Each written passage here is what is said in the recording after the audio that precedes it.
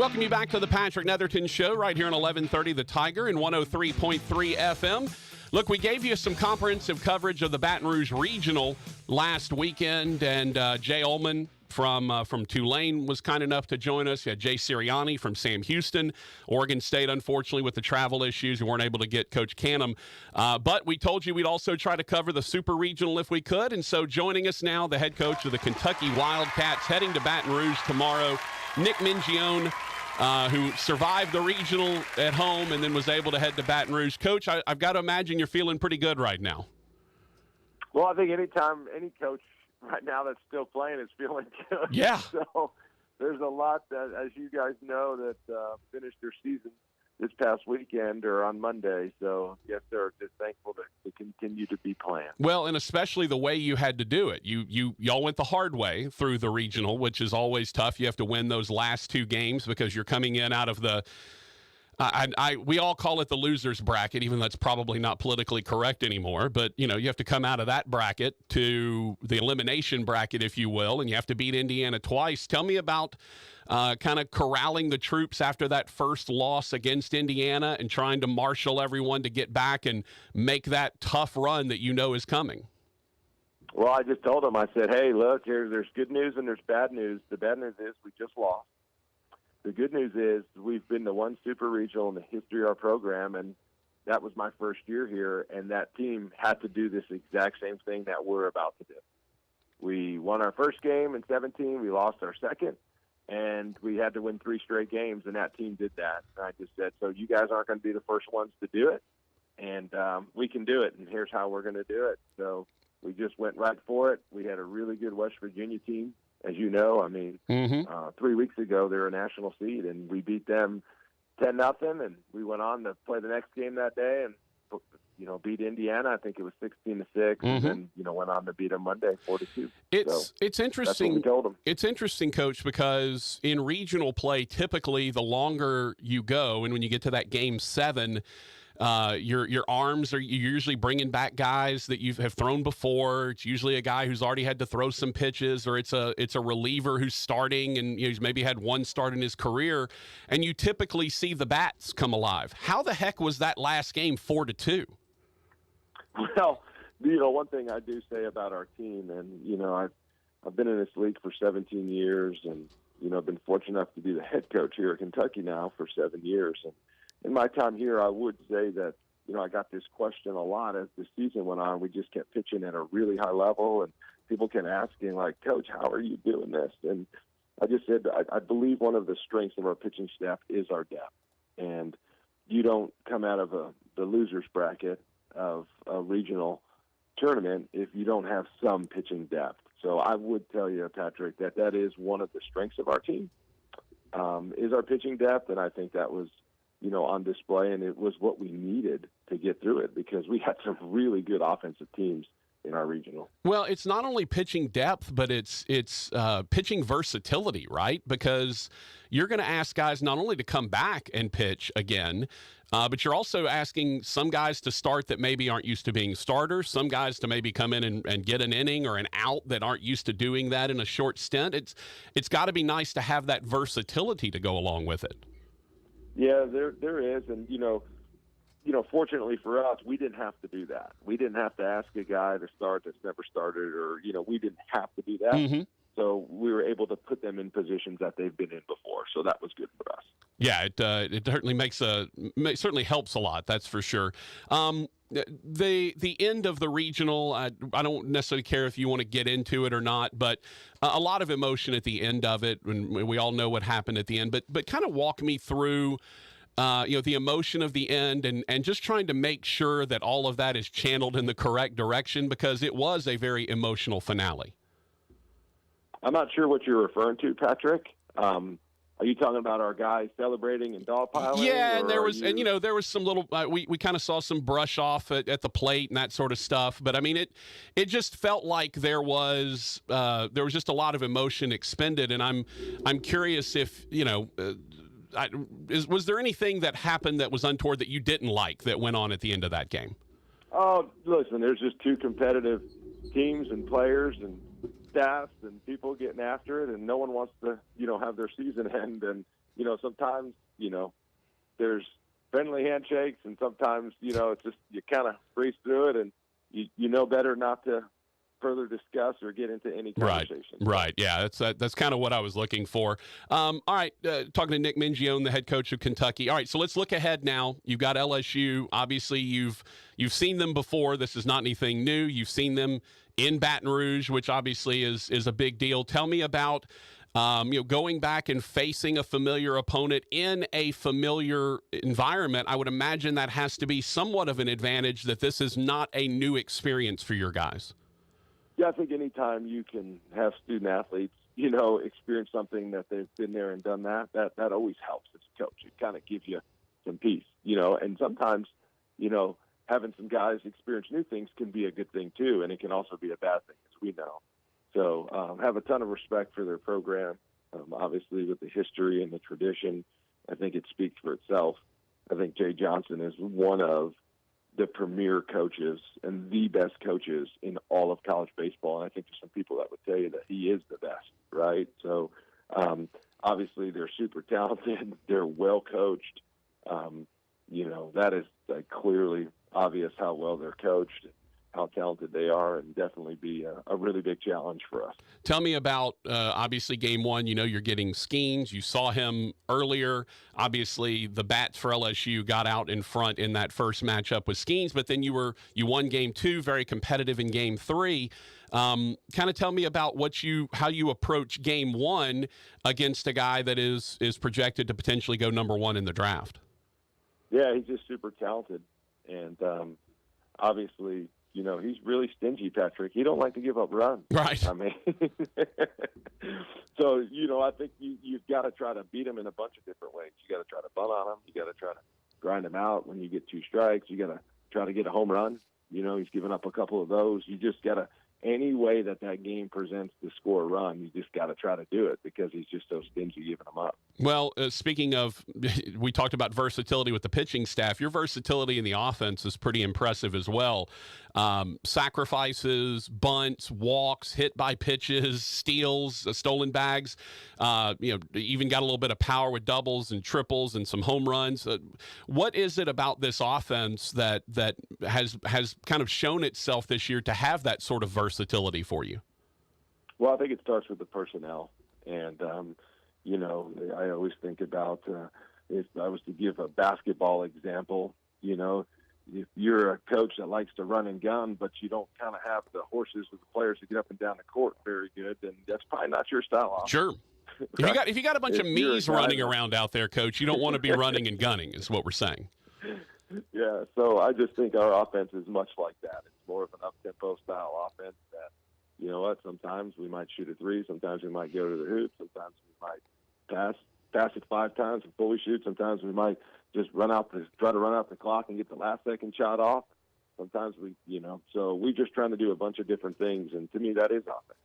Yeah, and offense isn't just hitting. There's a lot more to it. Well, and you've got 4 different guys that have double-digit steals. You've got a ton of I don't think I've ever seen so many hit by pitches. You've got so many guys in double digits and hit by pitches. How do you teach that kind of philosophy? It's one of these, all right, stand over the plate and wear one. But there's an art to it, right? And there's an art to being able to lay down a sacrifice, and there's an art to a sac fly when a guy's on third with one out. How do you go about offensively trying to teach this sort of philosophy? Well, I'll just tell you one thing, that it takes real courage, and it takes real toughness, and it takes guys that are just unselfish and that just want to stand there and do whatever it takes to win, and that's what we're trying to do. We're trying to do whatever it takes to win for Kentucky. So if that means standing in the box and holding our ground, then, we're going to ask our players to do it. If it means lay down a bunt, then we're going to ask our players to do it. If it means move a runner, like you had mentioned, or steal a base, or move up on a ball in third, or go first to third, then we're going to ask them to do it, because the game it's not scripted. There's always something new that's going to present itself, and you want to have your team ready. But you also have to have the personnel and the guys that are just super unselfish. Willing to do it. And that's what we've done. And look, you have to have smart guys. as well, because it's I mean, understand it's the game. easy to say, hey, if the ball's hit, go to second. It's a lot harder to now, all right, you have to judge that ball that's hit to right and say, can I get first to third on this? Is it hit too hard? What's the guy's arm like in right? That kind of thing. So you have to have a lot of smart guys on the base paths. No, you're right. It takes, Casey Stengel, I don't know if you remember him, but Sure. famous manager, player, he said, I want Coach, players I'm with old. brains. I'm old, Coach. I'm probably older than you at this point, so I remember Casey Stengel. We're all right on that.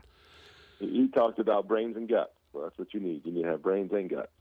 Well, you certainly have a lot of that. Tell me a little bit. Give me some of the guys that you're looking at. Maybe some guys that are hot right now through the regional. Some of the guys that we as folks here in Louisiana are going to be looking out for, and guys we need to watch out for on your squad. I would just tell you that that is probably the beauty of our team is we just have a bunch of talented, good players.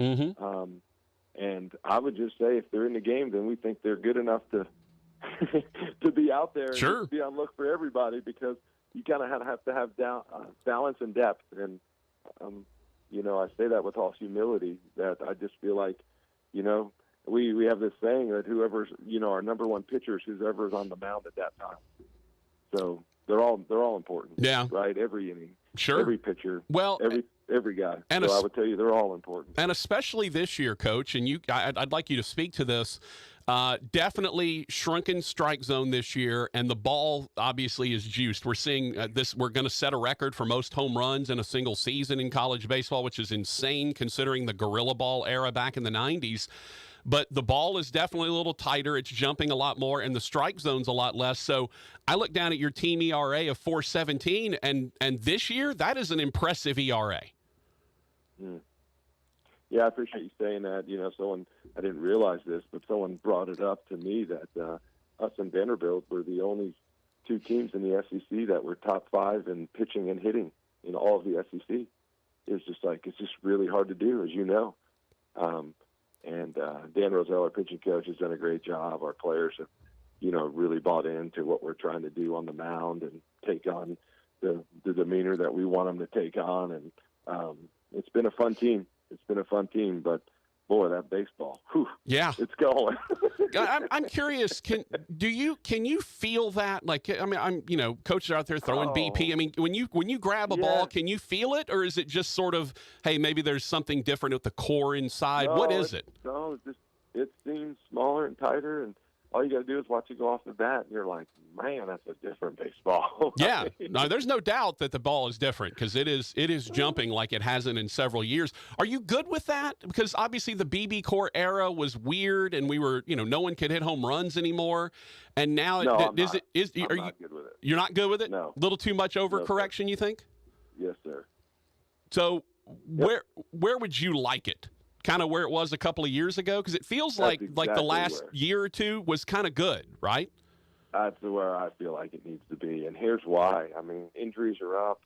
Guys are throwing harder. The longer you make the game and the more they got to stand out there and the more stressful pitches they got to throw. This guy's on – I mean, so I would go the other way. Yeah.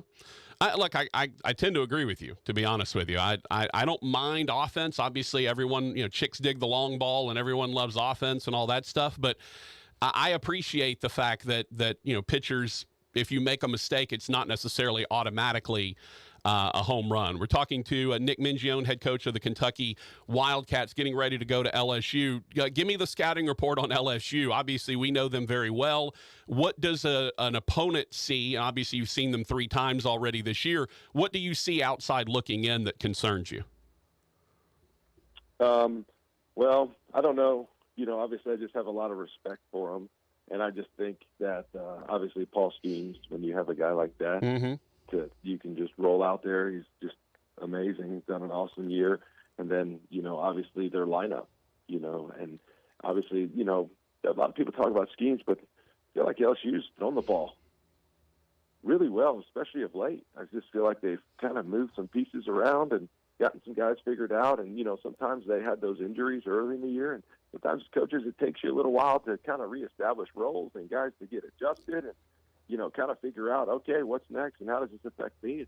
feel like they're playing really good baseball right now. Yeah, it's and of course that's when you want to be peaking is about this moment in time. Finally, Coach, atmosphere. You've been at Baton Rouge already this year, which, a regular season, it was a Thursday series, which is always a little more difficult. The place is going to be wild. Is there anything that concerns you about atmosphere or anything that you talk to your team about in terms of the atmosphere? Well, I just have so much respect for the LSU fans. And, I'll never forget back in 2012, Chris Stratton dueled up with, I can't remember the LSU starter at the time. It might have been Gosman in 12. You might remember better than I do. Oh, no, my memory's terrible, Coach. I barely remember what I had for dinner last night, but so you're asking the wrong guy. What I do remember is the game was like really low scoring. It might have been 1-1 into the 9th or the 8th, and it was just like a pitching duel. They are just we're mowing them down. They're mowing us down. This is when I was at Mississippi State. I remember when we took Chris Stratton out of the game, the fans gave him a standing ovation.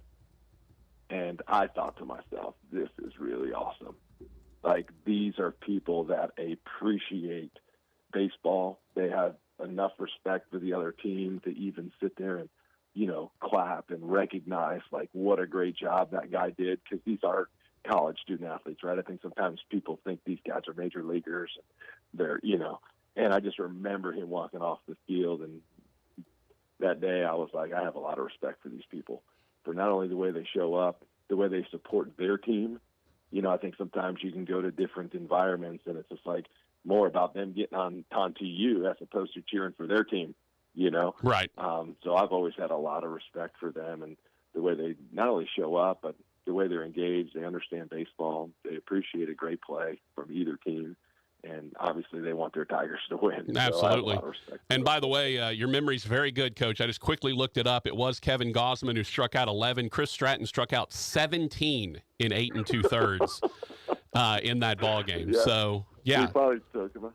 It was just amazing. Yeah. I just remember these are two future big leaguers, both still in the big leagues now. And that was a special night. And we didn't end up winning, but from that moment on, I've always had a lot of respect for the LSU fans. Yeah, I always appreciate smart fans, right? You always appreciate smart, savvy fans that understand the game and understand, hey, someone just came in and shoved it against us. That guy deserves to have some respect as well. So I always appreciate that. Coach, we're going to let you go. I know you got a lot of stuff to get done and get handled. You're traveling. Safe travels. Best of luck down in the Supers in Baton Rouge, and thank you so much for your time today. You're welcome, Patrick. Thanks for